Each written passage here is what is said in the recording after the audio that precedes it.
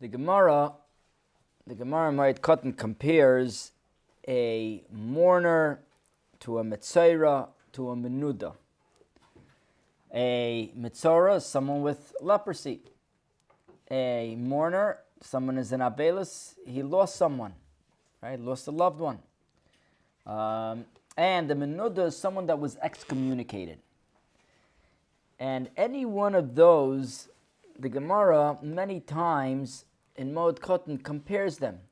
The Gemara says, for example, for Metzora, could a Metzora put shoes? Well, what about a mourner?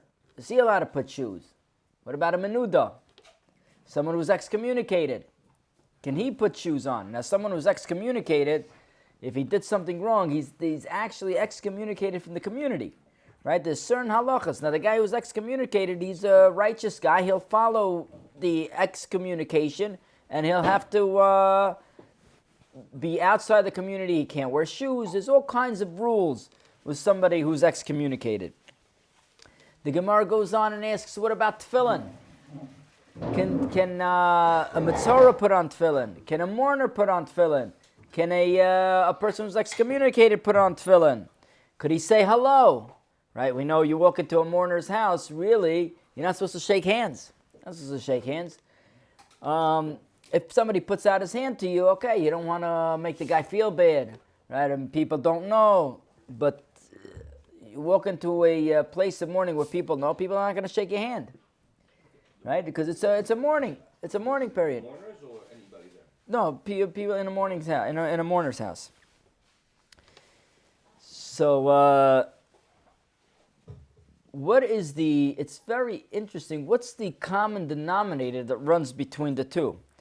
You know, you could understand perhaps maybe someone who's menuda, someone who's excommunicated. So that falls in line with a Metzora. Metzora, what did he do? He spoke Lashon Hara. And now he's excommunicated. He's not excommunicated, but he's got to go out of the machane. He's got to go out of the jurisdiction where the Jews were. And he pitches a tent outside of that base. Now, for a menuda, someone who's excommunicated, I understand the correlation. But what about someone who's mourning? Someone who's mourning, what's the connection? In fact, the one who's mourning really didn't do anything wrong. Someone died, he sits in mourning. Meaning to say that there's nothing that he could have done different, really, when he's mourning. It's just a bad state. So what is it that why does the Gemara compare the mourner also with the Metzora? So it's very interesting. When you think about a mourner, everybody comes and they're mourning. What are they mourning? They're mourning somebody that died. Why are they mourning somebody that died? What's so bad about a person dying? Now you may think I'm crazy, Rabbi, what's wrong with you? Are you for real? Yeah, think about it. The guy's going to heaven. He's going to a better place than we're here. He's got no more mortgage. He doesn't have to pay braces for his children, clothe them, put them through school, all the headaches that are involved in life. He doesn't have to deal with it. Now he's there just getting his reward. So what is it? Why does the person feel bad? In fact, there was one individual who said it best. He said he was dying. He was dying. And he says to the rabbi, he says, you know, I don't understand. They're mourning that I'm going to die. How many people are they losing? They're losing one. I'm the guy that's going to die. You know how many people I'm going to be losing? I'm going to be losing all my relatives. That could be 20, 30 people. So what are they crying about? I should be crying, not them. Right? Who's the one that's really suffering a tremendous loss? The one who's dying is suffering a tremendous loss.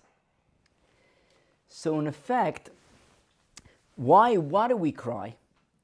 We cry even though we know the person is going to a better place, right? Especially if the person kept Shabbos, put on tefillin.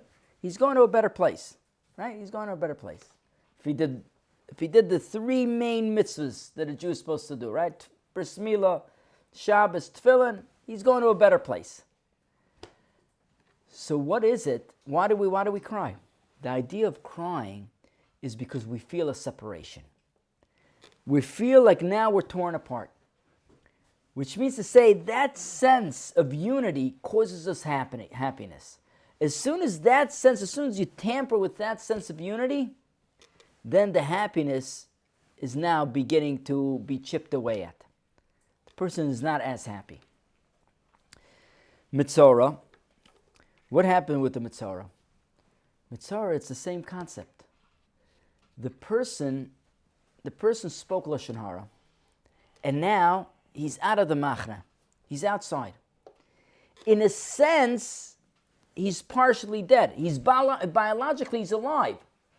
But the problem is, he's not there, he's not in heaven, and he's not on earth, because he can't be together with his friends. He's got to be all by himself. And he's not in heaven, he's not with them up there.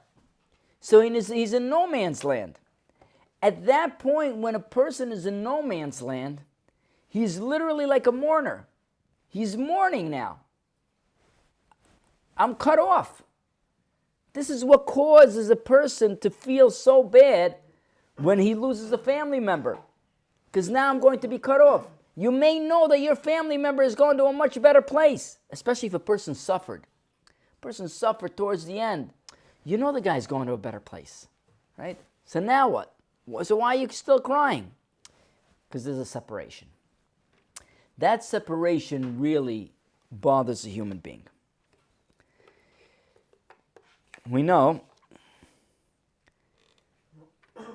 that on Pesach, what happened on Pesach? On Pesach, we were born into a nation. In effect, the Jews were there beforehand, from Avram, Yitzchak, and Yaakov. Yes. But at that point, we became fractured families.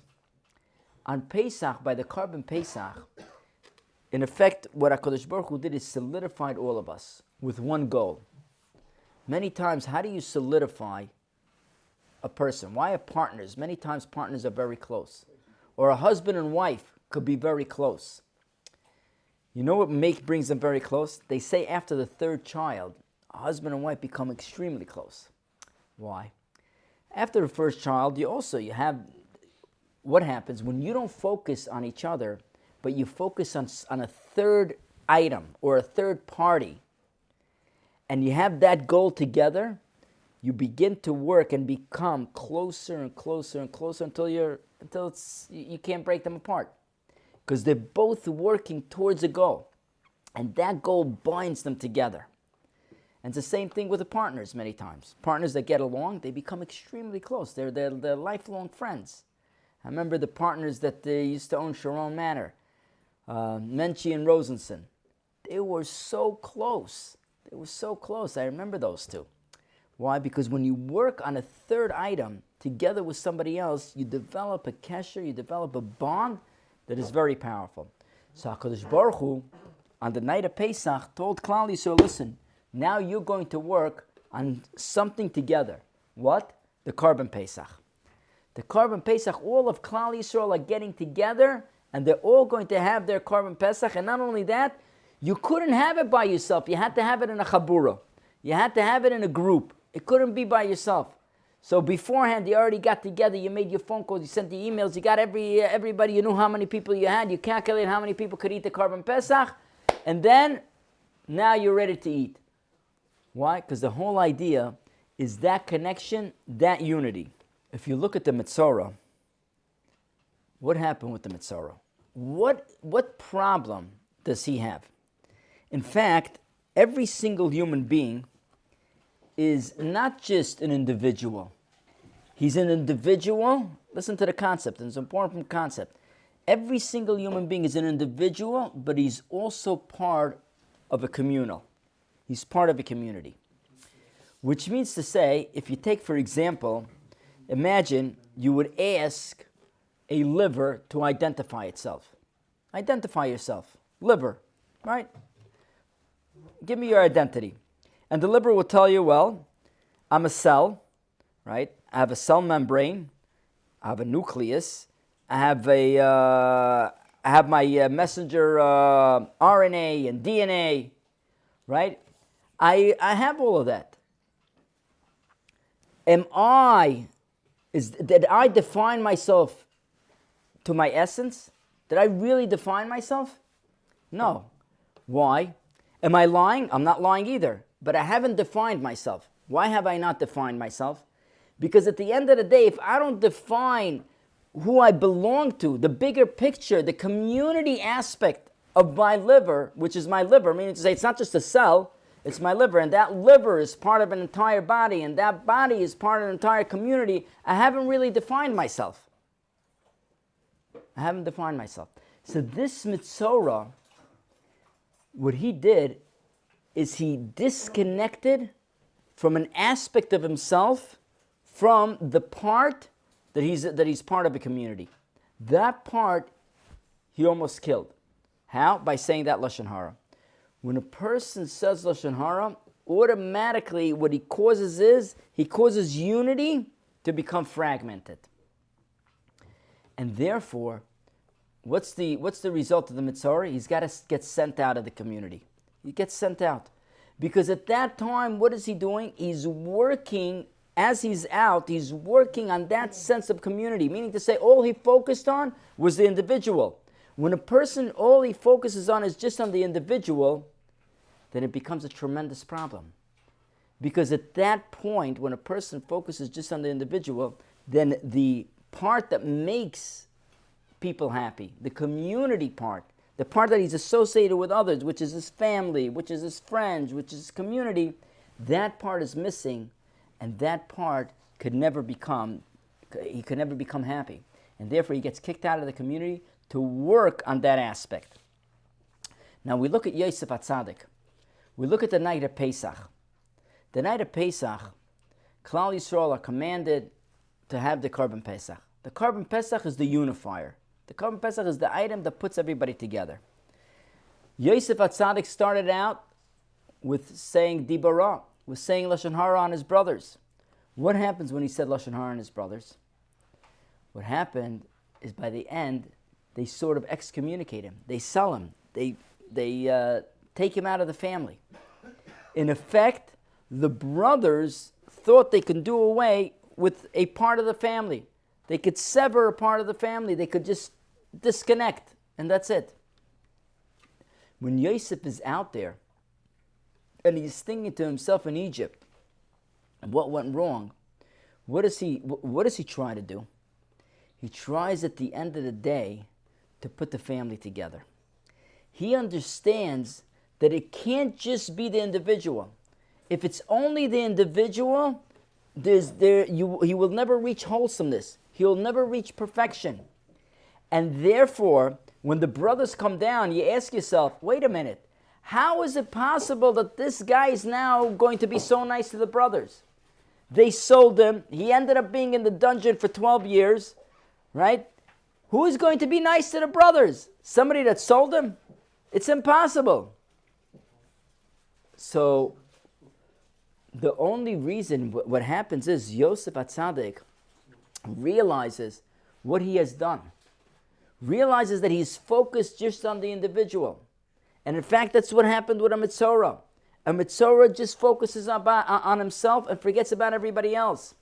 And therefore, when Yosef gets the chance, when Yosef receives the chance to be able to put everything together, even though they sold him and they did all, and he was disconnected from his father for 22 years, and it was very, very difficult. But he realizes, hey, here's my chance. Here's my chance to put all the pieces together. And Yosef becomes Yosef hu Mashbir. Yosef becomes the supporter. Yosef becomes a supplier of the entire world. Because Yosef realizes, now is my chance to put all the pieces together. So we understand now, with the Metzora, this Metzora, what he did was, he broke a part of his identity. The identity where we're all part of a community, I'm a part of a family. He broke that aspect. And therefore, it is the Metzora that stays outside and has his own individual, so to say, Korban Pesach, to put the whole family together. And once he goes through the procedure of being away for a certain period of time, and then he comes back and he becomes part of the community, at that point he could come back together. It's very interesting also. We know that the Kohen, how does a person become a Metzora? So he sees a lesion on his body. He sees a lesion on his body. He comes to the Kohen. And now he asks the Kohen, what is this? What is the Kohen? Everything is up to the Kohen now. If the Kohen says it's good, it's good. If the Kohen says the word tameh, now the guy's in trouble. His whole life is messed up. Right? He's got to go out. If it's on the house, eventually you could end up having to tear down the house. Tremendous financial loss. But everything is dependent on what? On one word of the Kohen. Why? This is to send a very strong message to the Metzora. Metzora, you have to understand. You see what one word can do? One word can break an entire family. One word. One word could destroy. A lot of times I go to either a funeral or a chasna. I'm ready, I'm meeting the family. So one person tells me, one family member, Rabbi, make sure this guy doesn't get up to speak. I'm like, oh my goodness. Are you serious? This is now you're giving me this task? I got to deal with your family's feud. I said, why? What went wrong? They can't even remember. 20 years ago, something happened. They don't even know what it is. But this one doesn't talk to that one doesn't talk to this one. Why? Because a word was said. One word was said. One word could destroy. There's a famous story in the Gemara. The Gemara says that Rabbi Gamliel sent his servant out to buy. He says, go buy me the best thing in the market, the best meat. So the servant goes out and he buys him the tongue. The best thing. A week later, Erev Shabbos comes, he summons his servant, he says, go buy me the worst piece of meat. The worst. So he comes back, again with the tongue. He says, what is this? He says, Rabbi, the tongue could be the best and the tongue could be the worst. Right? You use the tongue to build somebody up, to give them strength. Right? You've done everything. They say that a child, as he's growing up, when he is in first grade, his self-esteem is at 100% when he's in first grade. By the time he's in fourth grade, his teachers have told him about 1,000 times how many things he did wrong, that his self-esteem drops to 33%. Could you imagine? By the time a kid is in fourth grade. Which means to say that a tongue can build and a tongue could destroy. Right? A tongue could destroy. And therefore our job, the Torah focuses so much on the tongue, on the Metzora. You said something that now will destroy our unity. You said something that will destroy our unity. You focused only on yourself. On that part, you have to leave the machane. You have to leave, wait, reconsider, rethink about what you've done, because we want to put this all together. We want Klal Yisroel to be one. We see today, even in Israel, when Klal Yisroel is not one, we could be attacked. We could be attacked. You have all kinds of organizations, all kinds of NGOs that make tremendous amount of problems for the Jewish people. You have this organization called B'Tselem. I don't know if you know what it is, but what they do is they take Palestinians and they make them incite the soldiers, and they sit there with cameras, and they ship it to Europe, and Europe and they incite other people to go against the Jewish nation. That's what they do. Their organization named B'Tselem. That's what they do. So when the Jewish nation is not unified, all of a sudden we're prone to war. If we were one, nobody would be able to touch us. Who would be able to touch us? Even when we're not one, Baruch Hashem, Eretz Yisrael is strong. But if we were one, therefore the Metzora, as soon as the Metzora begins to speak, we send them out. We send them out because you're doing something extremely bad that could cause other people to die. It could cause other people to die. So we have to remember. We have to start first with our family. I saw a Zohar that says that a person that does not compliment is also as guilty as the Metzora that spoke Lashon Hara. Could you imagine? A person that doesn't compliment. Why? Because when somebody does good, you have to compliment. If your wife cooked a good meal and you didn't sing her praises, it's not a good thing. You have to sing her praises. You have to. The number one thing, I always say this also, the first face that your wife should see in the morning is a smiling face. It's a smiling face. That's the first face your wife should see in the morning. Is a big, huge smile on your face. Right? I'm happy to see you, honey. Why? Because automatically that gives her chizuk. That gives her strength to continue the entire day. That smile is very, very powerful. And then, when you come home, before you come home, a man that's hungry is dangerous. He's dangerous, I'm telling you. So before you come home, you stop at a store, you take a little bite. This is when you come home, you're ready to smile. If she throws the kid at you, you're okay, right? You're ready to give chizuk. Because that is one of the greatest mitzvahs, to build a neshama, to build a soul, so the person could stand on his or her 2 feet with strength and with positivity. You made their lives. And therefore remember, this parsha is all about the tongue.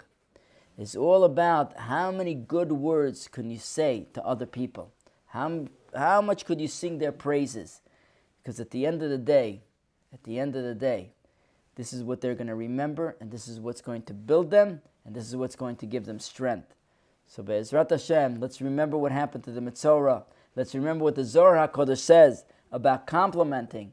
Let's find things that really are worth to compliment our spouse and our kids. For every complaint, we have to remember, gentlemen, for every complaint, we have to say at least 10 praises. You have to put deposit in the bank, and then you can make one complaint, right? And then deposit in the bank, and then make one complaint. And this way you'll have a beautiful, unified home. And that's what HaKadosh Baruch Hu wants. And that was the idea of the Korban Pesach, to get the Jews together to be one. Thank you, and have a good evening. And the Neshama should have an aliyah.